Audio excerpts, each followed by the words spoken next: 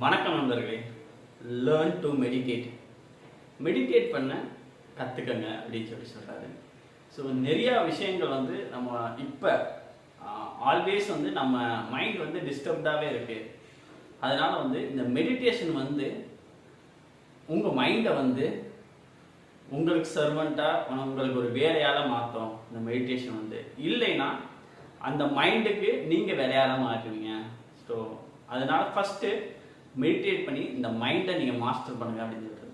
So இந்த மைண்டை master பண்ணுறதுக்கு ஒன்லி டெக்னிக் மெடிடேஷன் தான் பண்ணுறாரு. ஏன்னா வந்து ஆல்வேஸ் வந்து நம்மளுக்கு வந்து நாய்ஸ் நம்ம மைண்டுக்கு கொடுத்துட்டே இருக்கும். ஸோ ஏதாச்சும் ஒரு விஷயங்கள் வந்து இப்போ வந்து நீங்கள் வேலைக்கு போகிறீங்கன்னா பஸ்ஸில் இருக்கட்டும், வெஹிக்கிளில் இருக்கட்டும், கண்டினியூஸாக டிராஃபிக் நாய்ஸாக இருக்கட்டும், வீட்டில் இருக்கிற டிவி அப்படி இப்படின்னு சொல்லிட்டு கண்டினியூஸாக நம்ம வந்து இந்த நாய்ஸை வந்து நம்ம பிரெயினுக்கு கொடுத்துட்டே இருக்கும். ஸோ இது இல்லாமல் உங்கள் பிரெயினை வந்து உங்கள் கண்ட்ரோலுக்கு எடுத்து வர்றதுக்கு ஒரே பாசிபிலிட்டி மெடிடேஷன் தான்.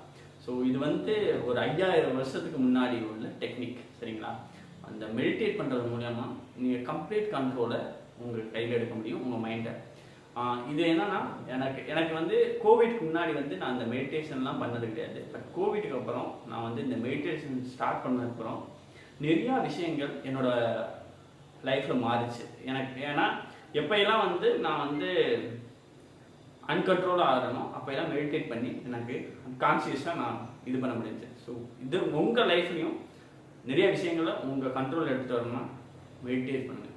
ஒரு நாளைக்கு மினிமம் ஒரு 10 நிமிஷமாச்சும் மெடிடேட் பண்ணுங்கள். அது வந்து உங்கள் லைஃபோட வேறு லெவலில் எடுத்துகிட்டு போகும்.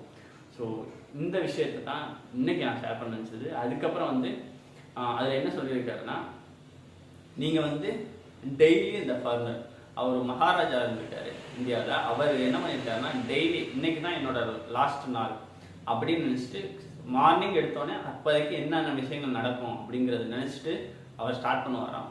ஸோ அதனால வந்து அடுத்த ரெஸ்ட் ஆஃப் த டே பூராமே இது என்னோட கிஃப்டட் டே அப்படின்னு சொல்லிட்டு வாழ்வாராம். ஸோ இது வாழ்றது மூலமா என்னன்னா அவருக்கு வந்து அந்த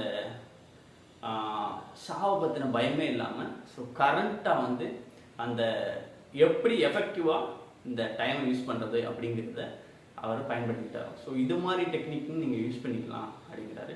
ஸோ இந்த 2 விஷயங்கள் தான் இன்றைக்கி நான் ஷேர் பண்ணிச்சது. ஒன்லி மெடிடேஷன், அதில் வந்து ஃபார்மல் டெக்னிக். ஸோ உங்கள் லைஃப்பில் நீங்களும் இந்த டயத்தை கரெக்டாக யூஸ் பண்ணிக்கோங்க. இந்த மெடிடேஷன் பண்ண ஸ்டார்ட் பண்ணுங்கள். இது வந்து உங்கள் மைண்டை உங்களோட சர்வெண்ட்டாக உங்களோட வேலையெல்லாம் மாற்றுறதுக்கான ஒரு வழி. ஸோ இதை ஃபாலோ பண்ணுங்கள். Thank you so much. சேனலை சப்ஸ்கிரைப் பண்ணுங்கள், உங்கள் ஃப்ரெண்டு கூட ஷேர் பண்ணுங்கள், லைக் பண்ணுங்கள்.